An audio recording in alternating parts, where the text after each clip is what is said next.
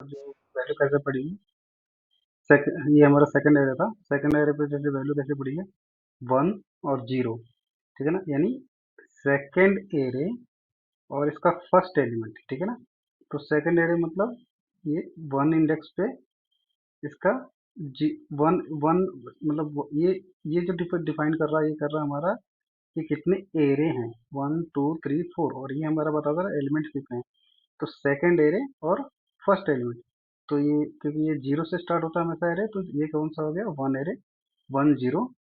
ऐसे ही हमारा हो जाएगा ये 1 और 1, ठीक है। देन ये हो जाएगा 1 और 2, देन 1 3, ठीक है, देन 1 4, ठीक है। ऐसे हमारा सेकंड एरे ट्राइवर्स होगा। अब थर्ड एरे में क्या हो जाएगा, 2 0, 2 1, 2 2 2 3 2 4, देन थर्ड में क्या हो जाएगा, 3 0 1 2 3 4। ऐसे जो हमारे ये सारे एरे ट्रावर्स हो जाएंगे। तो अभी इसको हम लोग लॉजिकली करके देखते हैं।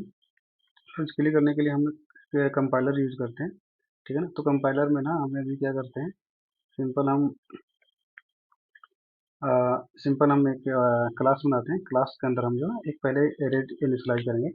तो अभी हम सपोज करो स्टूडेंट का मार्क्स प्रिंट करना है, तो पहले क्या होता था, पहले हम सिंपल वे में कैसे कर सकते थे, मार्क्स प्रिंट करने के लिए इंट मार्क्स, है ना, marks 1 is equal to, suppose करो हमारे पास में किसी स्टूडेंट का मार्क्स आया 50, ठीक है ना। फिर इंट मार्क्स,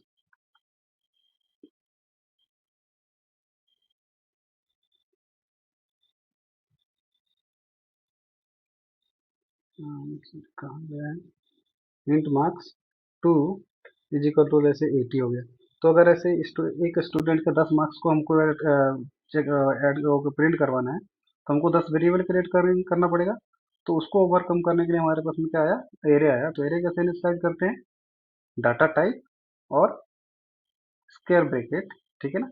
और यहाँ पे हम एक वेरिएबल इनिशियलाइज कर देंगे मार्क्स, ठीक है ना। और स्टैटिक वेरिएबल के लिए क्या हम यूज करते थे, डायरेक्ट, जिसको हम इनलाइन इनिशियलाइजर भी बोलते हैं। डायरेक्ट हम क्या बोलते हैं कि हमें उसी के अंदर वैल्यू इनिशियलाइज कर देनी है, ठीक है। तो हम उसमें वैल्यू इनिशियलाइज कर देते हैं, ओके। तो हमने इसमें से 5 वैल्यू इनिशियलाइज कर दिया, ठीक है ना। जो हम ऐसे 1 बाय 1 कर रहे थे, अब हमने क्या बोला कि हम एक एरे के अंदर डाल देते हैं। अब एरे को प्रिंट भी करना होगा, तो प्रिंट करने के लिए हमारे पास में क्या, कौन से वो है मैकेनिज्म है, तो हम यूज कर सकते हैं फोर लूप। तो फोर लूप में कैसे ट्राइवर्स करते हैं, इंट आई इक्वल्स टू 0, 0 से इसलिए स्टार्ट करते हैं क्योंकि इंडेक्स जो है हमेशा 0 से स्टार्ट होता है, ठीक है। फिर आई लेस देन, हमारे पास में मार्क्स पता है कि कितने लेंथ का है, तो हम दो तरीके से कर सकते हैं। डायरेक्ट हमको पता है कि 5 एलिमेंट है, तो यहाँ पे 5 लिख सकते हैं, ठीक है। और आई प्लस प्लस, और यहाँ पे साउट कर देंगे हम इसको। साउट में क्या पास करेंगे, हमारा एरे का जो भी हमने वेरिएबल बनाया एरे, और उसमें उसको बोलेंगे कि भाई इस एलिमेंट का डाटा तू प्रिंट कर दे, जैसे आई की जो भी वैल्यू होगी उसकी वैल्यू तू प्रिंट कर दे। अब इसको रन करके देखते हैं, ये हमको आउटपुट देता है कि नहीं देता है। अब देखोगे कि यहाँ पे 80 95 80 95 और 70 हमारे पास में 5 एलिमेंट दे दिया। तो ये तो हमको पता था कि ये वैल्यू डायरेक्टली हमको पता है, इसलिए हमने डाल दिया। पर प्रोग्रामेटिकली आप हमेशा ट्राई करो कि जो भी हमारा एरिया है उसका लेंथ निकाल लो, ठीक है ना। मार्क्स डॉट नॉट मार्क्स, इसको तो हम रिमूव भी कर देते हैं, ठीक है ना। हम मार्क्स डॉट लेंथ, क्या देगा हमको, इस मार्क्स का लेंथ दे देगा, ठीक है ना। अगर इसको चेक करना हो तो सिंपल आप यहाँ पे साउट लगा कर यहाँ पे मार्क्स डॉट लेंथ प्रिंट करके देख लेना, आपका जो आउटपुट होगा वो दोनों सेम होंगे, ठीक है। आप देखोगे 5 एलिमेंट, एरे का साइज क्या है भाई, पांचों एलिमेंट प्रिंट हो गए। ये तो हो गया ठीक है। तो इस तरह से हम फोर लूप यूज कर सकते हैं। अब हम यहाँ पे स्टूडेंट का है जो नेम स्टोर करा कर देखते हैं, तो नेम किस किस कौन से डाटा टाइप यूज करेगा, स्ट्रिंग, ठीक है। तो हम यहाँ पे सिंपल एग्जांपल ले लेते हैं, यहाँ पे second, ये चल रहा है, ठीक है। ठीक है, तो हम यहाँ पे नेम ले लेते हैं, नेम्स। ठीक है, और नेम के कि हमने नेम जो होता है वो स्ट्रिंग होता है। ठीक है, तो स्ट्रिंग के लिए नेम ले लिया, और इस यहाँ पे हम क्या करेंगे, नेम्स लिख देंगे। जैसे हम लिख देते हैं जॉन। ओके, देन सेकंड हम नेम लिख लेते हैं मारिया। ठीक है, थर्ड हम लिख लेते हैं फिलिप्स। ठीक है, फोर्थ लिख देते हैं मार्को। ठीक है, फिफ्थ लिख देते हैं डेविड। ठीक है, ये हमारे पास में 5 स्टूडेंट का नेम है। अब इसको प्रिंट करने के लिए हम सेम सेम अप्रोच फॉलो कर सकते हैं। ये लूप हम यूज करेंगे कि हमको 5 एलिमेंट इसलिए है और इसको हमको प्रिंट करना है।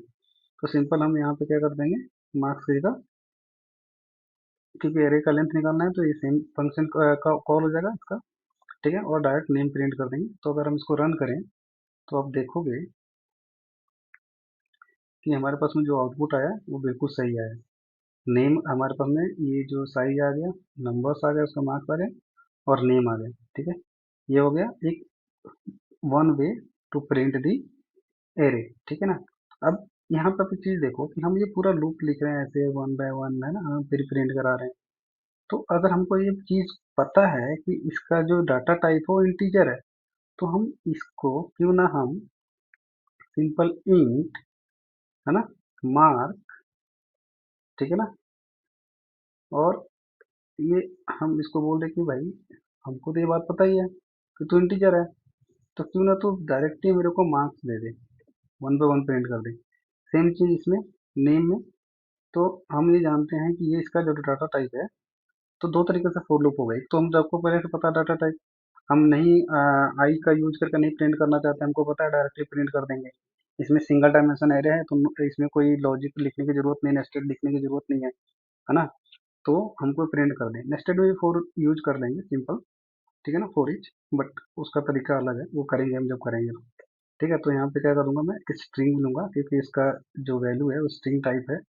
ठीक है ना, नेम, और फिर मैं बोलूंगा कि नेम्स को प्रिंट कर दो। तो ये एक इजी वे हो गया। अब हम इसको प्रिंट करते हैं। ठीक है, ओके, नेम्स हमने यहाँ डाल दिया, सॉरी यहाँ पे नेम होगा, माय मिस्टेक। देखो क्योंकि फर्स्ट लूप तो सही चला था, हमारे पास में मार्क्स तो आ गए थे लेकिन नेम नहीं आ रहा था, क्योंकि मैंने यहाँ पे ऑब्जेक्ट को डायरेक्टिव और एक प्रिंट कर दिया था। ठीक है ना, तो ये सेकंड वे हो गया हमको प्रिंट करने के लिए। ठीक है ना, थर्ड वे क्या यूज कर सकते हैं, मतलब जो हमने बेसिक पढ़ा था फॉर लूप वाइल लूप, हम वही यूज करके सारे काम करेंगे। ठीक है ना, जस्ट हमको साइंटेक्स और सेमांटिक्स समझने की जरूरत है कि कैसे क्या चीज रन करेगा, कैसे इनिशियलाइजेशन होगी। ठीक है ना, ये स्ट्रिंग हो गया, हम डबल कर सकते हैं, फ्लोट कर सकते हैं, यहाँ पे फ्लोट वैल्यू यूज कर सकते हैं। ठीक है ना, जैसे आप यहाँ पे हम भी कर रहे हैं, तो यहाँ पे हम क्या यूज कर सकते हैं, हम यहाँ पे फ्लोट भी यूज कर सकते हैं। ठीक है ना, फ्लोट के लिए यहाँ पे फ्लोट डालना पड़ेगा।